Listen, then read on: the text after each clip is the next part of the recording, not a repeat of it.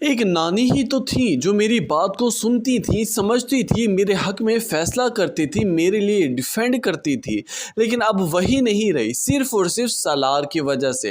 ناظرین، drama serial کفارہ کی اگلی قسط میں آپ دیکھیں گے کہ ستارہ سراسر الزام دے رہی ہے سالار کو نانی کی موت کا، کیونکہ اسے ایسا لگتا ہے کہ اگر نہ ہی سالار سارا سچ نانی کو بتاتے، نہ وہ یہ بات دل پر لیتی اور نہ ان کی جان آ جاتی، کیونکہ ستارہ کو اپنی مامتا اسی نانی میں ہی ملی تھی۔ وہ تو ایسا سمجھتی تھی کہ مجھے جیسے ماں ہی مل گئی۔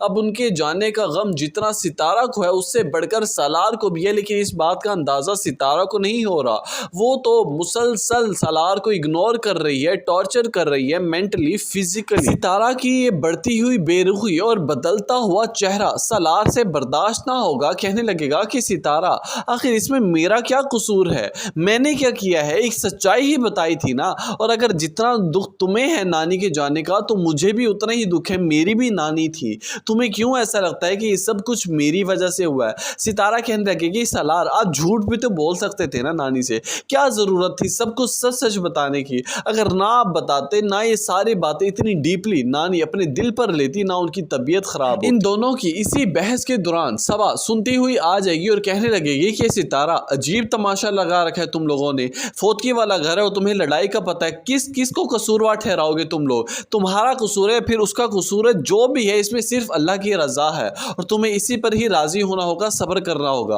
اور خدا کے لیے ذرا خاموشی اختیار کرو، لوگ تمہاری طرف دیکھ رہے ہیں، کیا سوچتے ہوں گے؟ صبا کی یہ بات سنتے ہی سالار تو ایک دم سے غصے سے جھڑکاتے ہوئے چلا جائے گا، لیکن پیچھے سے صبا کا ذرا غصہ ٹھنڈا ہوگا تو وہ ستارہ کو سمجھانے لگے گی کہ دیکھو ستارہ، جو بھی ہو گیا اب جانے دو، اب تم لوگوں کا بحث کرنے سے نانی واپس نہیں آ جائیں گی، جو کچھ ہونا تھا ہو گیا ہے، اب تمہیں سالار کا ساتھ دینا چاہیے، اس کی حوصلہ مندی کرنی چاہیے، بہت پریشان ہے۔ ویورز، اب ایک طرف سے ستارہ کی ناراضگی ہے سالار کے لیے تو دوسری طرف سے مہرین کا پارا بھی اوپر چڑھ جائے گا، کیونکہ اسے ایسا لگتا ہے کہ میری والدہ کا انتقال صرف اس منحوس لڑکی کی وجہ سے ہوا ہے۔ جس دن سے یہ اس گھر میں آئی ہے میری امی نے اس کی ہی ٹینشن لی ہے، ہر بات پر اس کا ساتھ دیتی تھی، ہر مشکل میں اس کے آسانی کرتی تھی، لیکن آج یہی لڑکی ہے جو میری ماں کی موت کی ذمہ وار ہے۔ مسائل حل ہونے کے بجائے ایک سے ایک مشکل فیس کرنے پڑ رہی ہے ستارہ کو، کیونکہ اس کی زندگی تو مشکلوں سے اس قدر گھر چکی ہے کہ اب اسے گھٹن محسوس ہونے لگتی ہے۔